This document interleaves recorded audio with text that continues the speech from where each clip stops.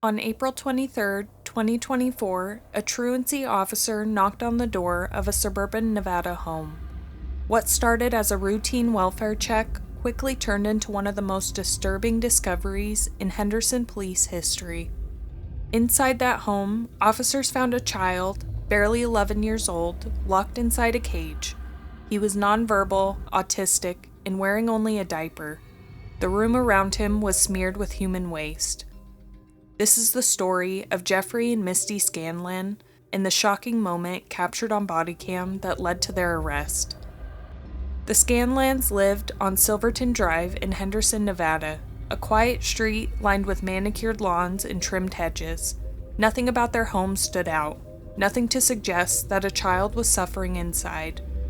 The only reason anyone came knocking was because their son hadn't been to school in over a week. When the school couldn't get an answer from the parents, they called the truancy officer. When the officer approached the house, he immediately heard something strange, screaming and the sound of what he described as a rattling gate. He knocked and waited and waited. It took over 40 minutes for someone to come to the door. Jeffery Scanlan finally answered, claiming all the children were sick and couldn't come out.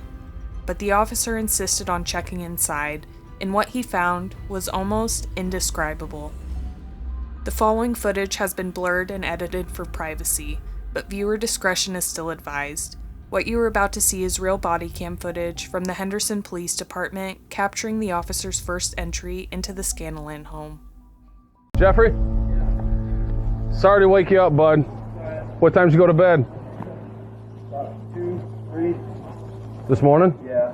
Okay, so it's not horrible. You got some sleep. Yeah. Even though the kids might have kept you awake some. Yeah. So I'm just here because they asked me to be here. Okay. Based on the situation, the kids haven't been in school. One of them is being homeschooled for the number of days that they haven't been in school. Yeah. So they got a few questions based on what they need to do as a school representative for truancy, okay? All right. Does that make sense? Yeah. It sounds like you got some challenges here at the house. Your wife and you have different, schedules to probably try to handle the kids and stuff like that. Yeah. That's great. So that I can bring the report back to school.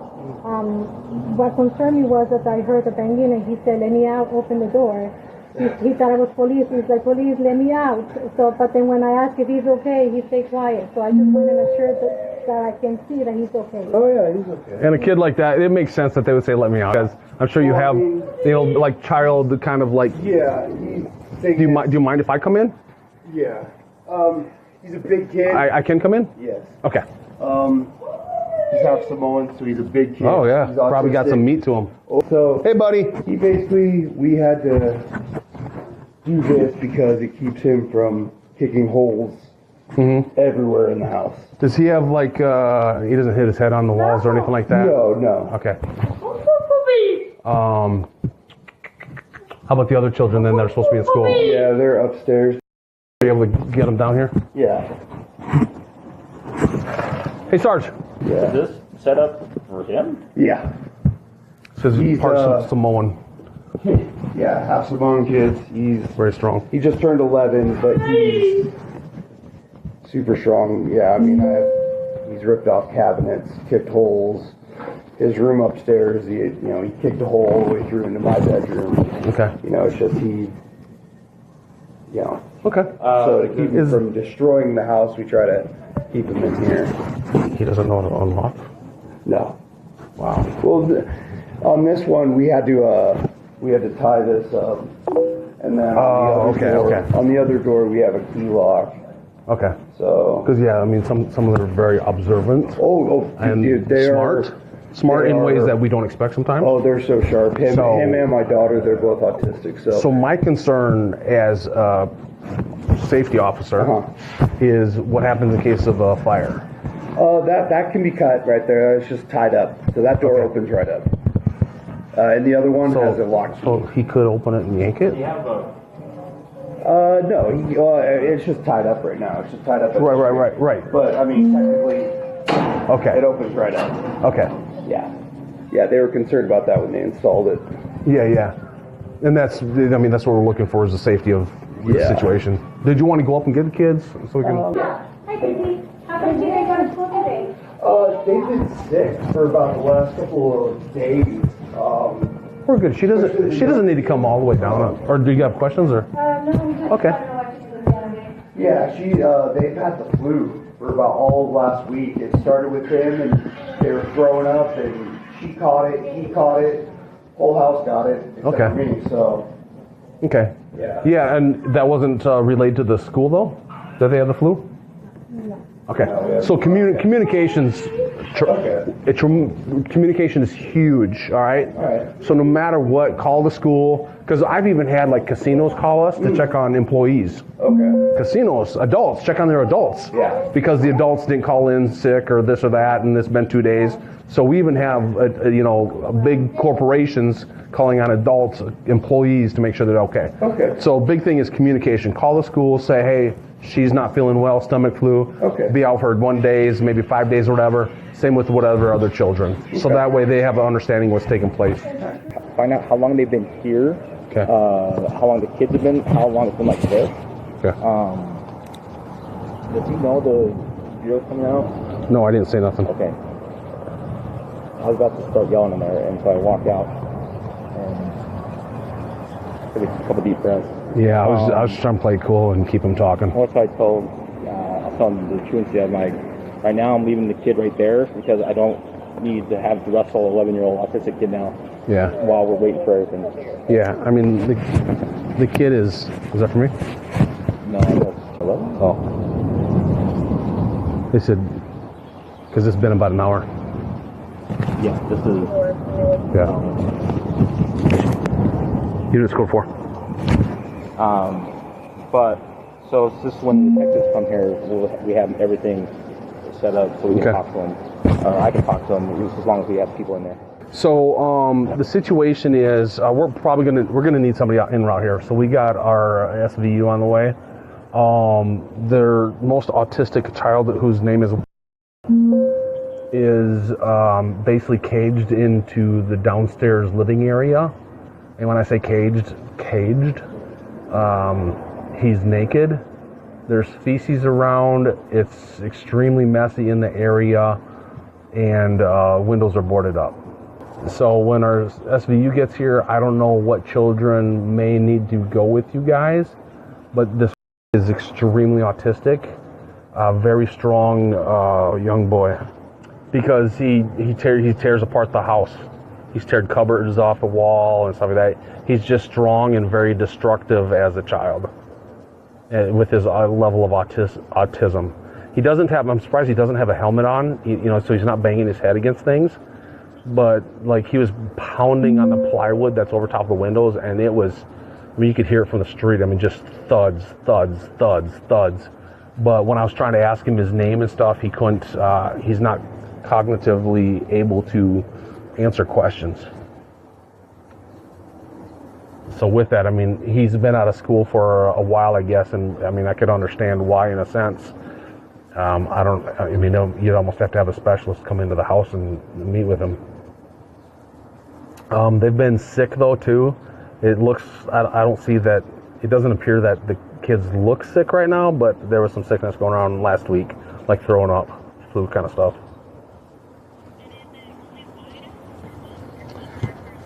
All 4 children are in the home, so all the walls are open, but across the main entrance into the room that he's in, it's like a metal fencing that goes from the floor to the ceiling, like a bar, metal black bars that you would see probably like as a fence to go into the backyard or something like that. In a sense, yeah. It's not, shabby looking. It looks like they had it installed semi-professionally or something. It's put in there well. It's just, it's a cage. I didn't see a bed. I see like a couch kind of thing. So he's probably sleeping on the couch. Well, without going in there and testing it, it looks like there's some on the walls and possibly on the floor. It doesn't look like he has direct access to a restroom. We haven't gone into the caged area. SVU, when they get out here, I'm sure they're gonna go through that whole thing. Hey, you Misty?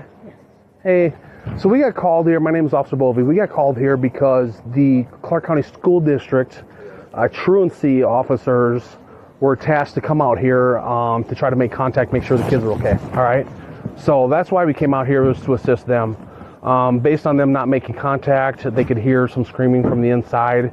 So that's where we went ahead and they called us to assist and try to figure out what the situation was, okay? So we came here and their job was to make sure that the kids were okay because they haven't been in school, right? And nobody's been calling the school to give the updates. So they weren't aware that the children were sick.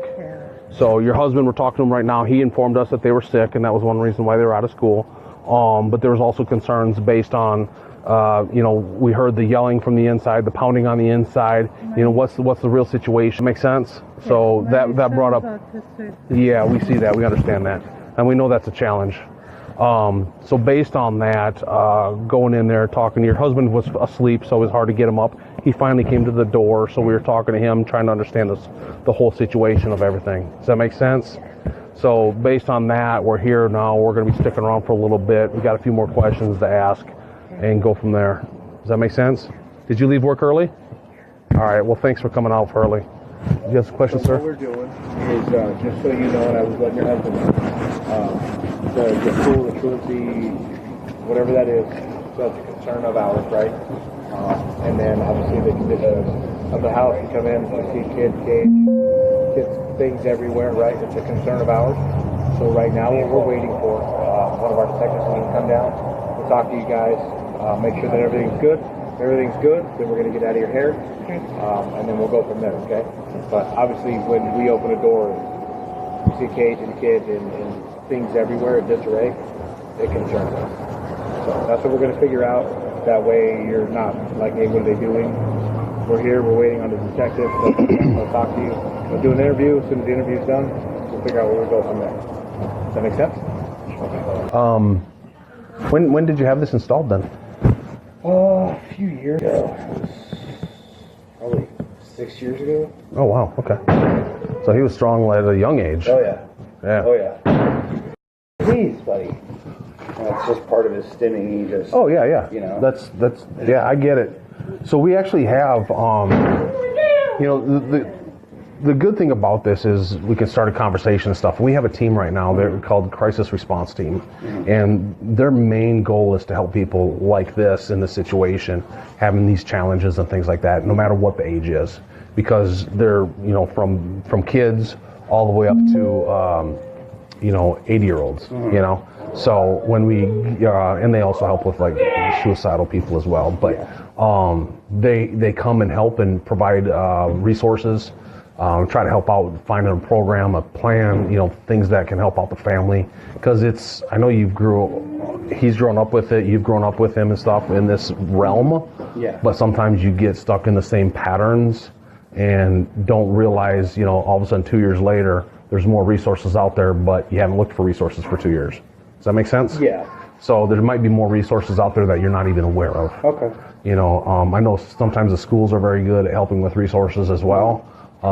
But they have their protocols or people they work with, and we're kind of independent in a sense that our team, it's a newer team, so it's probably why you haven't heard of it, but they're newer at dealing with these situations, or not with these situations, dealing with helping people. So, but they're able, because they're new, they're grabbing all this information everywhere they can come from. And one of the main officers has an adult child that's on the spectrum. And so he knows exactly what it's like, between the different triggers and things like that. And they might grow out of a trigger and develop another trigger, so they're a really good team that understand the situation and could help you with additional tools. Okay. That makes sense. Yeah. Get open! He doesn't answer loud. He's just. Hello? Get open! He wanted out of school. I know you want the gate open, baby. We're working on that right now, okay? So it sounds like there's done with that, being bullied and things like that. Okay. But yeah, I'll keep it. Where's Dad go? The master bedroom is up there, right at the very top of the stairs to the left, and there's shotguns in there. So, if by chance I don't catch it, We're working on the gate right now, sweetheart.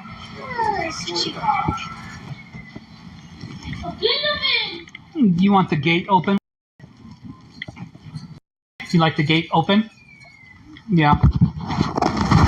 Soon. See you real soon. So guess what? Guess what? Soon, gate open. Yeah, soon, gate open.